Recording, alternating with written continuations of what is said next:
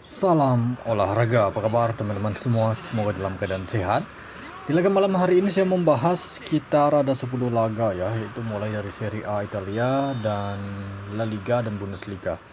Oke, Como menghadapi Bologna dengan formasi yang sama 4-2-3-1. Tuan rumah Como ada 5 pemain yang akan absen dan 3 pemain dari tim tamu Bologna. Di musim ini Como dari performa memang sangat luar biasa. Mereka terbukti berada di peringkat 6 sementara, sedangkan Como berada di peringkat 8 ya. Tim yang diunggulkan untuk saat ini yaitu tuan rumah Como. Performa kandang Como memang bisa dikatakan memang sangatlah bagus.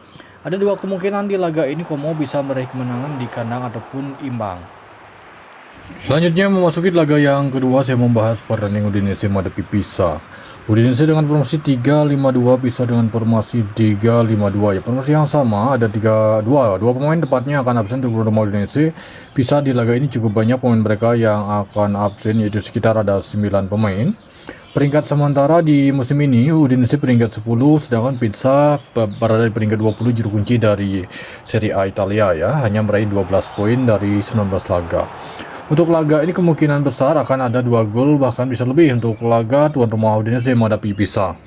Masih di Serie A Italia, di laga ini mempertemukan tuan rumah AS Roma menghadapi Sassuolo.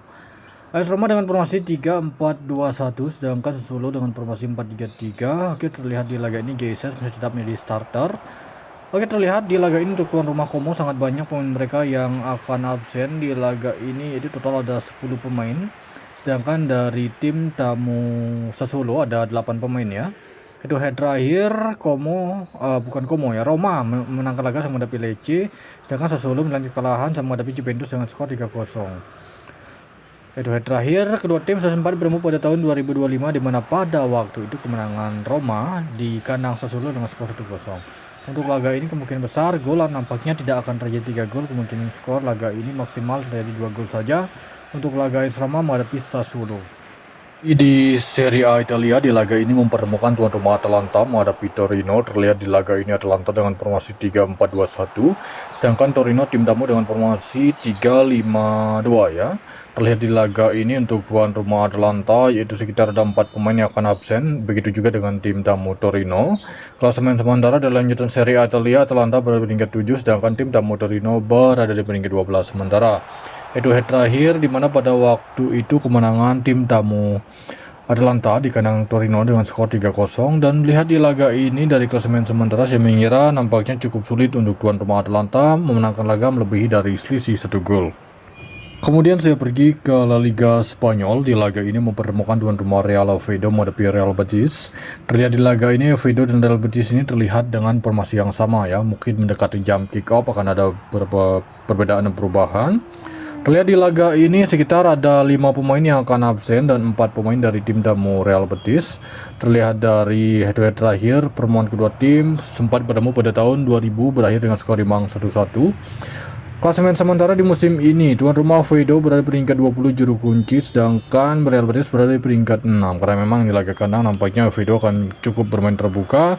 Tidak menutup kemungkinan laga bisa selisih 1 gol, mungkin skor tidak akan terjadi 3 gol. Masih di La Liga Spanyol, di laga ini mempertemukan tuan rumah Villarreal menghadapi Alaves ya, Deportivo Alaves, oke.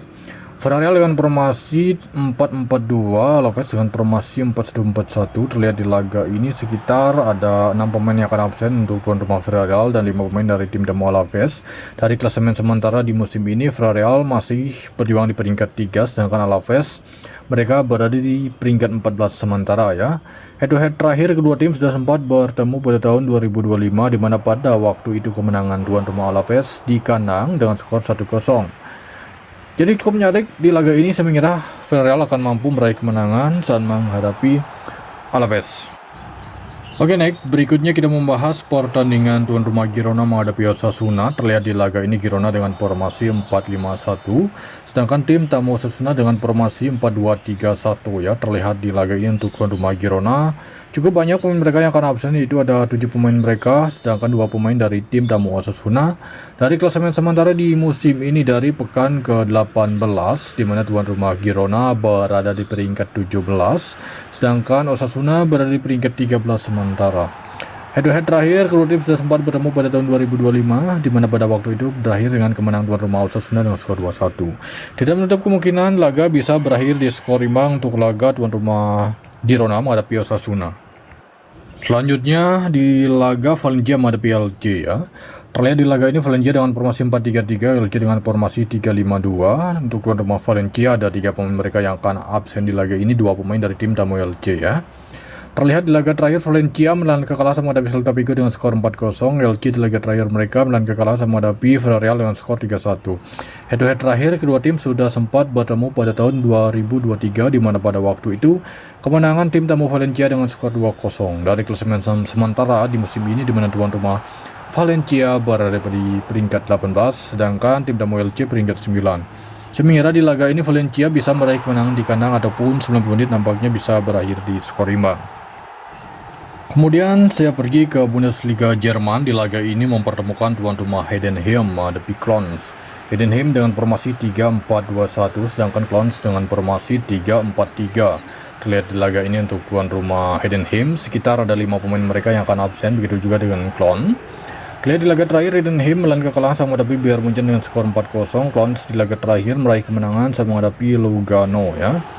Dari klasemen sementara di musim ini, di mana tuan rumah Heidenheim berada di peringkat 17, sedangkan Clons berada di peringkat 11 sementara. Untuk laga ini tidak menutup kemungkinan Heidenheim bisa memberi kejutan karena memang inilah adalah laga kandang mereka. Kemudian memasuki laga yang terakhir, saya membahas pertandingan tuan rumah Bayer Leverkusen menghadapi Stuttgart. Terlihat di laga ini Leverkusen dengan formasi 3-4-2-1, sedangkan Stuttgart dengan formasi 3-4-3 ya. Terlihat di laga ini untuk tuan rumah Leverkusen sekitar ada 5 pemain yang akan absen dan 4 pemain dari tim tamu Stuttgart. Klasemen sementara dari Bundesliga Jerman, di mana Leverkusen berada di peringkat 3 ya, sedangkan Stuttgart berada di peringkat 6. Head to head terakhir kedua tim sudah sempat bertemu pada tahun 2025, di mana pada waktu itu kemenangan tim tamu Leverkusen dengan skor 4-3, di mana terlihat di laga ini kemungkinan besar kedua tim dalam performa mencetak gol cukup bagus. Nampaknya minimal akan ada 3 gol, bahkan bisa lebih untuk laga tuan rumah Leverkusen menghadapi Stuttgart.